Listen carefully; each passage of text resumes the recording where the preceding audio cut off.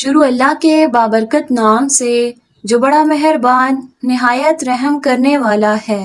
معزز ناظرین السلام علیکم۔ اس وقت وہ ایک کم سن اور قریب البلوغ لڑکے تھے۔ وہ روزانہ مکہ کے ایک رئیس عقبہ ابن معیط کی بکریوں کو لے کر انہیں چرانے کے لیے انسانی آبادی سے دور مکے کی پہاڑیوں اور وادیوں کی طرف نکل جایا کرتے تھے۔ ان کا نام عبداللہ اور ان کے والد کا نام مسعود تھا، لیکن عام طور سے لوگ انہیں ابن ام عبد کہہ کر پکارتے تھے۔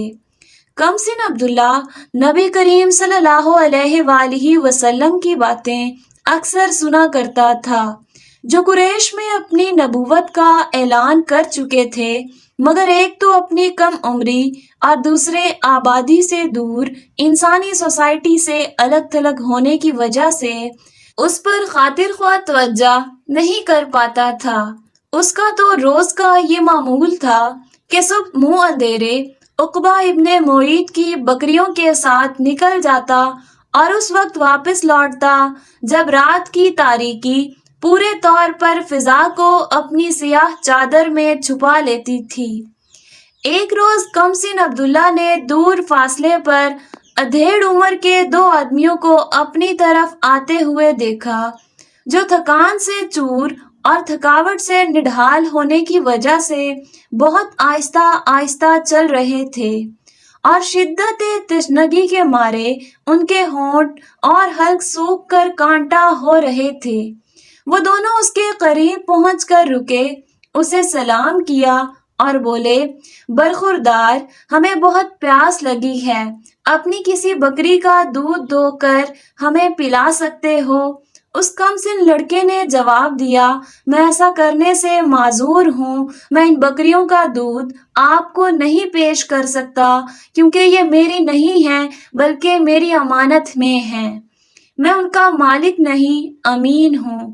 لڑکے کا جواب سن کر ان دونوں نے کسی قسم کی ناگواری یا ناراضگی کا اظہار نہیں کیا، بلکہ ان کے چہروں سے ظاہر ہو رہا تھا کہ انہوں نے اس جواب کو پسند کیا ہے۔ پھر ان میں سے ایک آدمی نے کہا، اچھا کسی ایسی بکری کی نشاندہی کرو جس نے کبھی بچہ نہ دیا ہو۔ لڑکے نے اپنے قریب ہی کھڑی ایک چھوٹی سی بکری کی طرف اشارہ کر دیا۔ وہ آدمی اس کے قریب گیا، اسے پکڑا اور اللہ کا نام لے کر اس کے تھن پر ہاتھ پھیرنے لگا۔ لڑکے نے حیرت کے ساتھ دیکھا اور اپنے دل میں کہا کہ ایسا کیوں کر ہو سکتا ہے، لیکن دیکھتے ہی دیکھتے بکری کا تھن پھول کر بڑا ہو گیا اور اس میں تیزی کے ساتھ دودھ بہنے لگا۔ دوسرے آدمی نے زمین پر پڑا ہوا ایک پیالہ نما گہرا سا پتھر اٹھا کر اسے دودھ سے بھر لیا، پھر اس دودھ کو ان دونوں نے پیا اور لڑکے کو بھی پلایا۔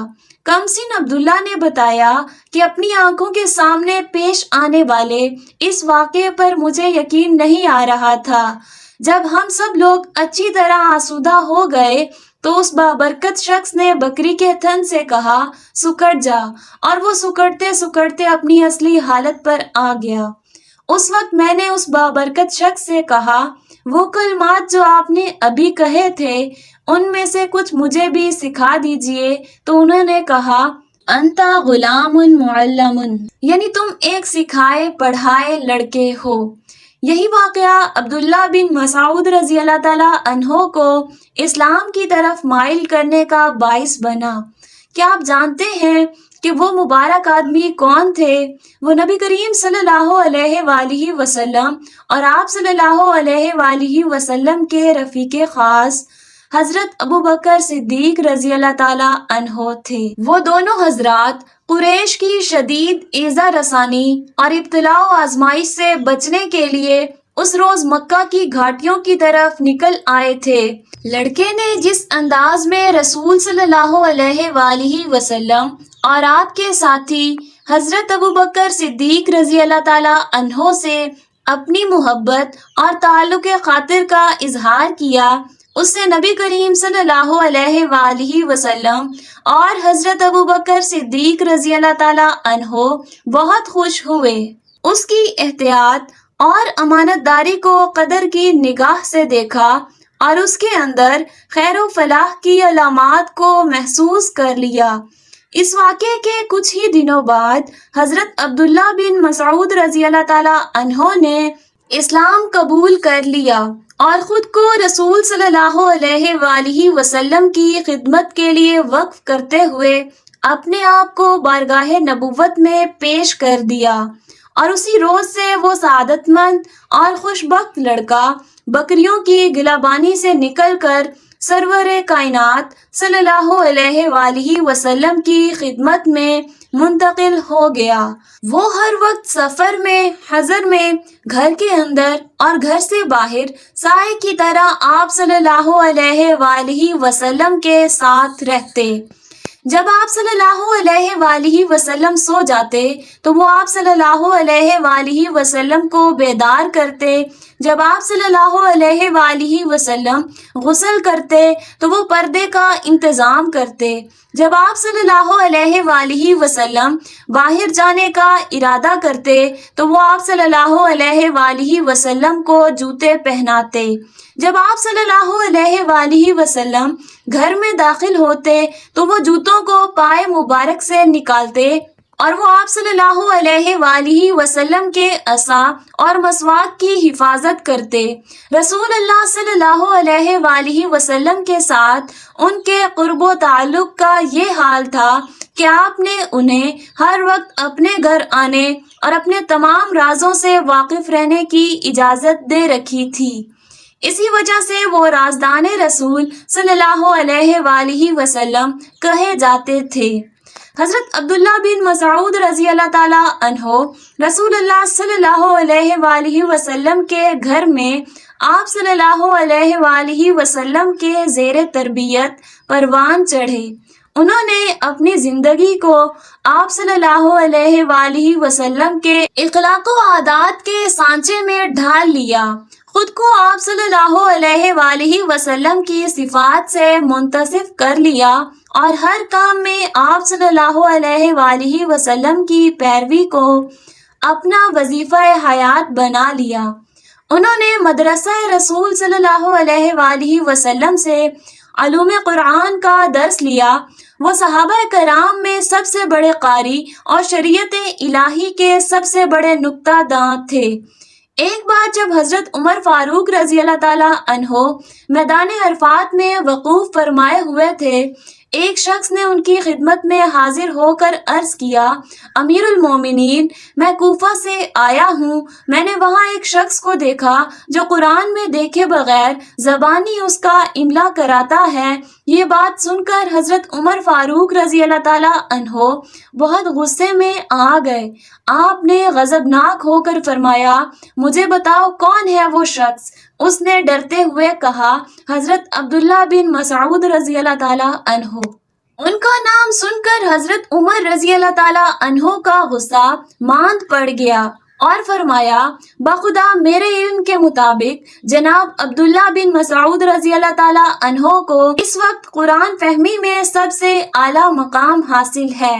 کتاب اللہ کے علم میں ابن مسعود رضی اللہ تعالی عنہ کا مقام اتنا بلند تھا کہ وہ خود فرماتے ہیں، قسم اس ذات کی جس کے سوا کوئی معبود نہیں، قرآن کریم کی جو آیت بھی نازل ہوئی اس کے بارے میں مجھے اچھی طرح معلوم ہے کہ وہ کہاں اور کس کے متعلق نازل ہوئی۔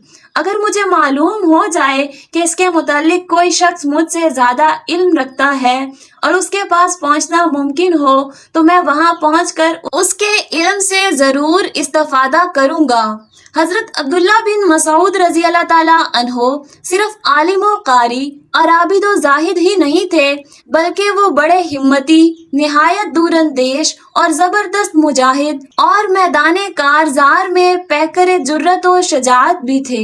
وہ پہلے مسلمان ہیں جنہوں نے رسول اللہ صلی اللہ علیہ وآلہ وسلم کے بعد سب سے پہلے مشرکین کے مجمع میں بآواز بلند قرآن پاک پڑھ کر سنایا۔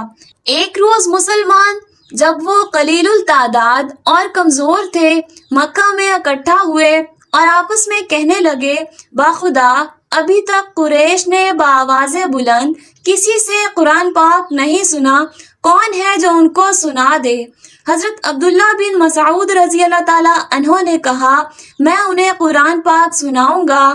صحابہ رضی اللہ عنہم نے کہا آپ اس کے لیے مناسب نہیں ہیں، ہم چاہتے ہیں کہ یہ کام کوئی ایسا شخص انجام دے جس کی پشت پر اس کے قبیلے کی طاقت ہو کہ اگر قریش اس کے ساتھ بری نیت سے پیش آئیں تو اس کا قبیلہ اس کی حمایت کے لیے اٹھ کھڑا ہو۔ لیکن حضرت عبداللہ بن مسعود رضی اللہ تعالیٰ عنہ نے کہا کہ نہیں، یہ کام مجھے ہی کرنے دو، اللہ تعالیٰ مجھے ان کے شر سے محفوظ رکھے گا اور ان کے مقابلے میں میری حمایت کرے گا۔ پھر وہ چاشت کے وقت مسجد حرام میں داخل ہوئے اور مقام ابراہیم کے پاس پہنچ گئے۔ اس وقت سرداران قریش کعبہ کے ارد گرد بیٹھے ہوتے تھے۔ حضرت عبداللہ رضی اللہ تعالیٰ عنہ نے مقام ابراہیم پر کھڑے ہو کر بلند آواز سے قرآن مجید کی تلاوت شروع کر دی۔ وہ کتاب الہی کی آیات پڑھتے چلے گئے۔ آواز سن کر سرداران قریش ان کی طرف متوجہ ہوئے اور بولے یہ ابن ام عبد کیا پڑھ رہا ہے؟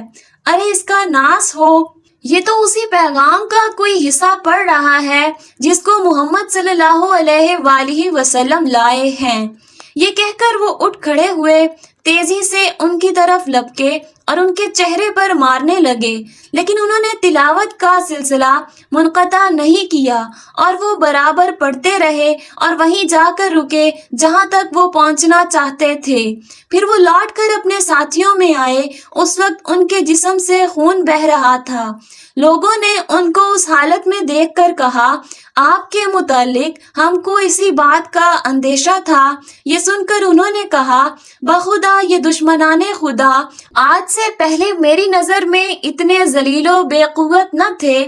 اگر آپ لوگ چاہیں تو میں کل بھی ان کو اسی طرح قرآن پاک سنا سکتا ہوں۔ لیکن ساتھیوں نے کہا کہ نہیں، بس اتنا کافی ہے، تم نے ان کو وہ چیز سنا دی جس کا سننا انہیں گوارا نہیں ہے۔ ابن مسعود رضی اللہ تعالیٰ عنہ حضرت عثمان غنی رضی اللہ تعالیٰ عنہ کے زمانہ خلافت تک زندہ رہے۔ جب وہ مرض الموت میں مبتلا ہوئے تو حضرت عثمان رضی اللہ تعالیٰ عنہ ان کی عیادت کے لیے تشریف لے گئے۔ آپ کو کس چیز کی شکایت ہے؟ بولے اپنے گناہوں کی۔ پوچھا کیا خواہش ہے؟ بولے اپنے رب کی رحمت کی۔ پوچھا کیوں نہ آپ کے وظیفے کی ادائیگی کا حکم جاری کر دوں جس کو لینے سے آپ نے پچھلے کئی سالوں سے انکار کر دیا ہے؟ بولے مجھے اس کی ضرورت نہیں ہے۔ کہنے لگے آپ کے بعد آپ کی بچیوں کے کام آئے گا۔ بولے کیا آپ کو میری بیٹیوں کے متعلق محتاجی کا اندیشہ ہے؟ میں نے انہیں ہر رات سورہ واقعہ پڑھنے کی ہدایت کر دی ہے۔ میں نے رسول اللہ صلی اللہ علیہ وآلہ وسلم کو یہ ارشاد فرماتے ہوئے سنا ہے جو شخص ہر رات کو سورہ واقعہ پڑھ لیا کرے گا وہ فکر و فاقہ سے دوچار نہ ہوگا۔ اور جب رات آئی تو حضرت عبداللہ بن مسعود رضی اللہ تعالیٰ عنہ اپنے رفیق اعلیٰ سے جا ملے۔ اس وقت ان کی زبان مبارک اللہ کے ذکر اور اس کی آیات بینات سے تر تھی۔ انا للہ و انا الیہ راجعون۔ اللہ تعالیٰ کی ان پر ہزارہا رحمتیں ہوں، آمین یا رب العالمین۔